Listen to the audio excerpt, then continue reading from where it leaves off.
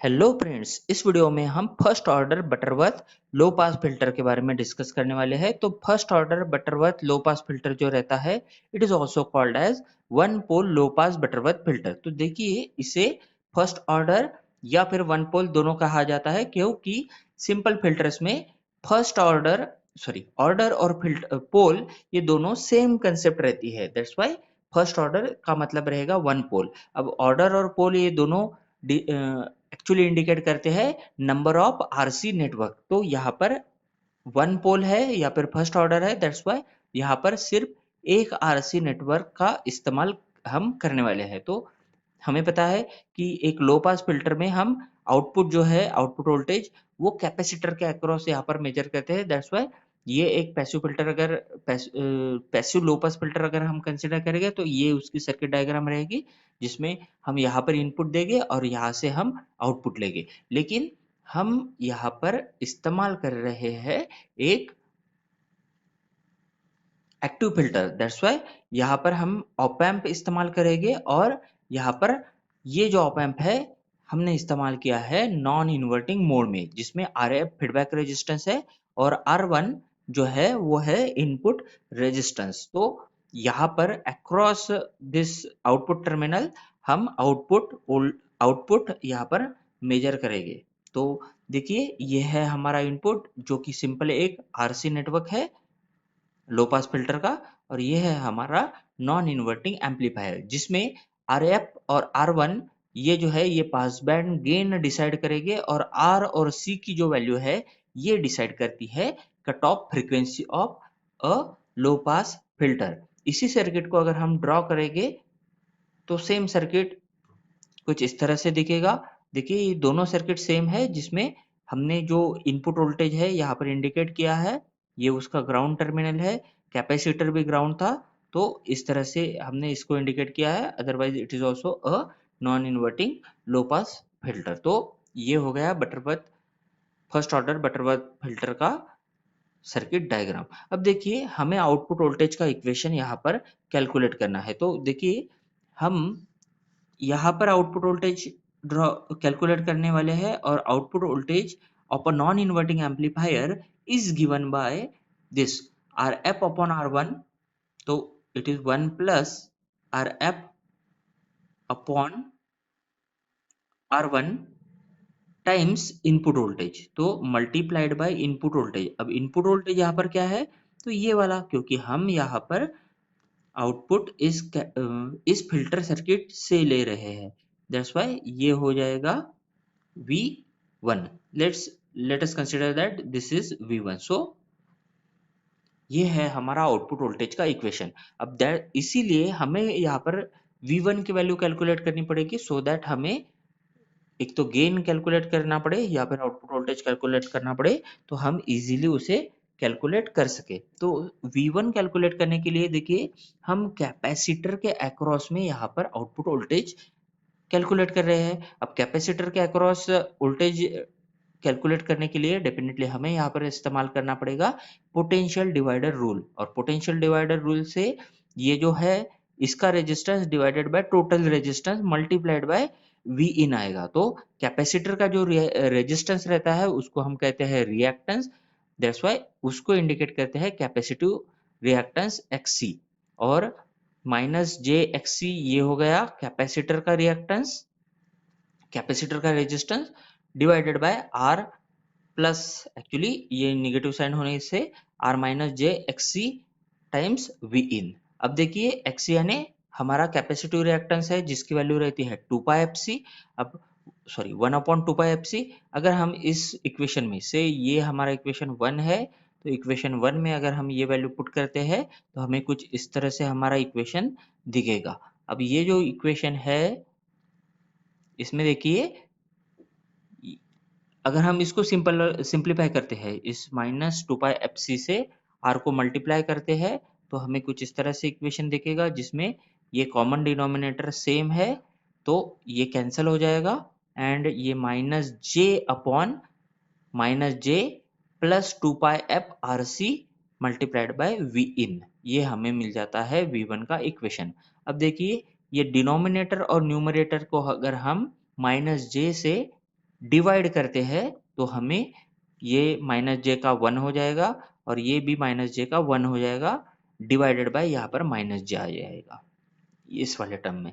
तो अगर हम इसको इक्वेशन 2 इंडिकेट कर देते हैं, और अब देखिए हमें पता है कि ये 1 अपॉन माइनस जे है, तो 1 upon J is equal to minus J होता है, इसीलिए 1 upon minus J equal to J होगा।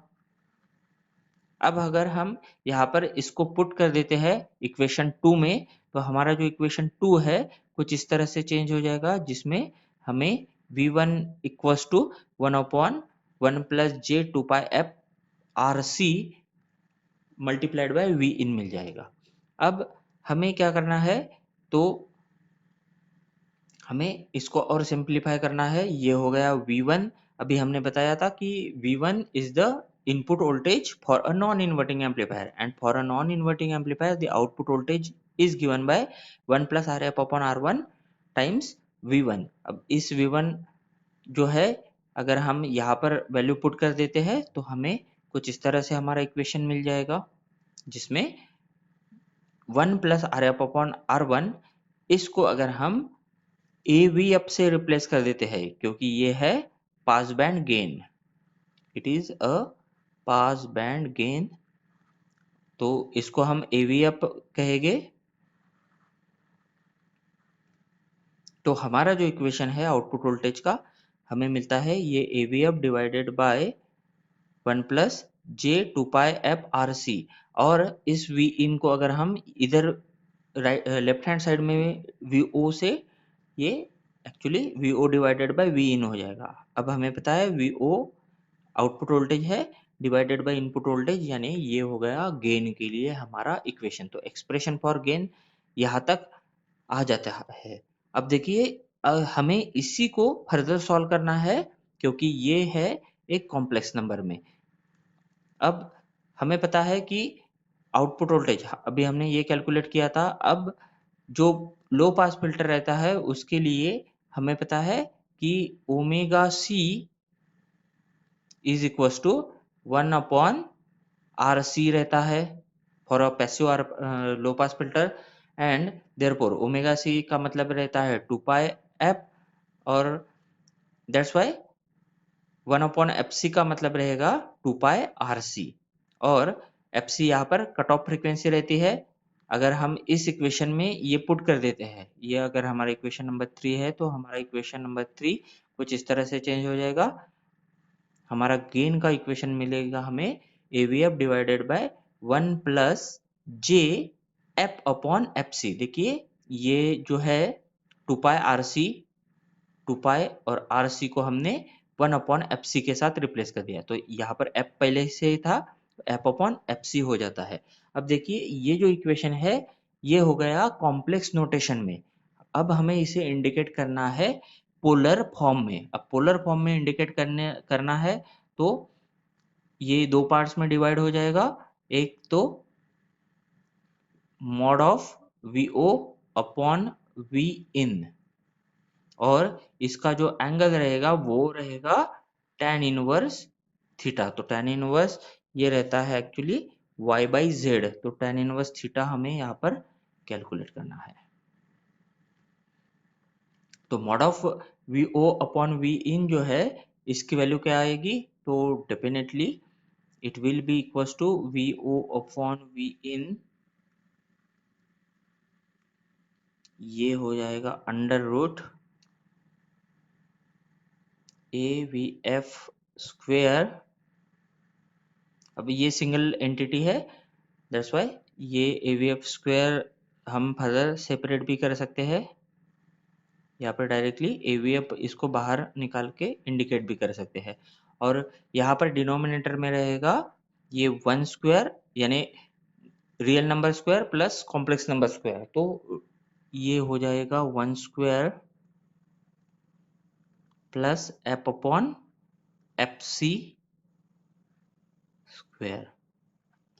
अब देखिए दोस्तों इसको हमें, ये हो गया अगेन एंगल tan इनवर्स, ये हो जाएगा एफ अपॉन एफ सी। और डिवाइडेड बाय, एक्चुअली ये कॉम्प्लेक्स नंबर डिवाइडेड बाय 1 रहेगा, तो एफ अपॉन एफ सी हम इसको इंडिकेट कर देंगे। तो फर्दर इसको अगर हम सॉल्व करते हैं तो हमारा जो mod of V O upon V in यानी गेन जो है, इसका फॉर्मूला हमें मिलता है A V F upon under root, ये हो जाता है 1 plus F upon F C square.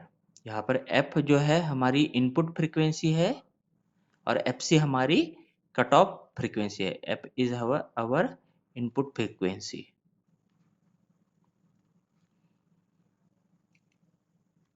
AVF हमारा पास बैंड गेन है, तो ये हो गया हमारा गेन के लिए फॉर्मूला। और यहाँ पर एंगल जो है ये है tan inverse F upon F C. अब देखिए दोस्तों, इसको हम फर्दर सिंप्लीफाई करेंगे to calculate the frequency response. तो हमारा जो आउटपुट अभी हमने कैलकुलेट किया है गेन का इक्वेशन, वो कुछ इस तरह से दिख रहा है। अब देखिए इसमें, अब इनिशियली फ्रीक्वेंसी जो है, फ्रीक्वेंसी रिस्पॉन्स में ये अगर बहुत कम रही यानी लो फ्रीक्वेंसी रहे, तो देखिए इनपुट फ्रीक्वेंसी लो है यानी न्यूमरेटर यहाँ पर छोटा वाला है।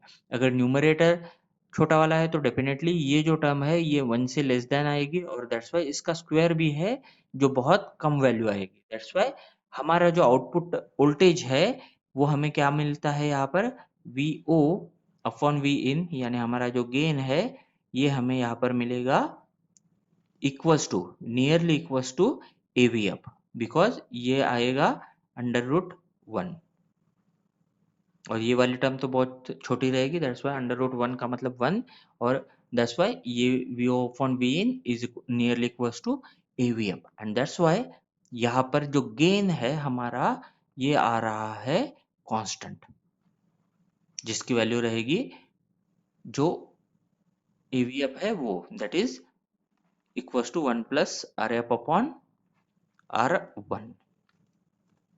तो देखिए हमारा जो ग्राफ है कुछ इस तरह से हमारा दिखेगा, जिसमें यहाँ पर हमें कांस्टेंट आउटपुट मिल रहा है। ये तो हो गई पहली वाली कंडीशन। अब सेकंड वाली कंडीशन, जैसे जैसे हम फ्रीक्वेंसी इंक्रीज करेंगे एक टाइम आएगा जब ये जो फ्रीक्वेंसी है एफ और एफ सी ये दोनों इक्वल आ जाएगी। तो at F is equal to F C, तो क्या हो जाएगा, this will be equal to AVF divided by 1 plus 1,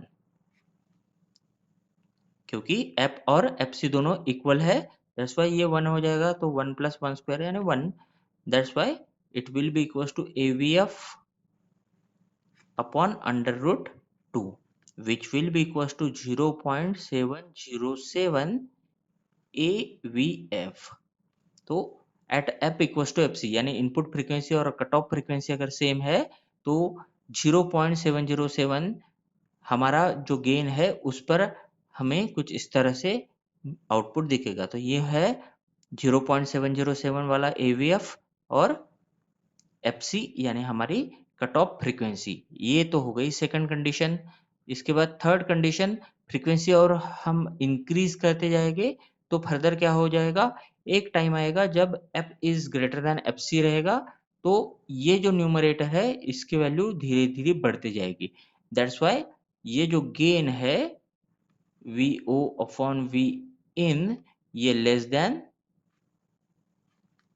aVF हो जाएगा, और ये जैसे जैसे फ्रीक्वेंसी इंक्रीज हो जाएगी ये फर्दर डिक्रीज होते जाएगा और हमारा गेन हमें डिक्रीज होते हुए दिखाई देगा। और ये जो डिक्रीज वाला रेट है ये रहता है -20 dB पर decade in case of first order low pass filter.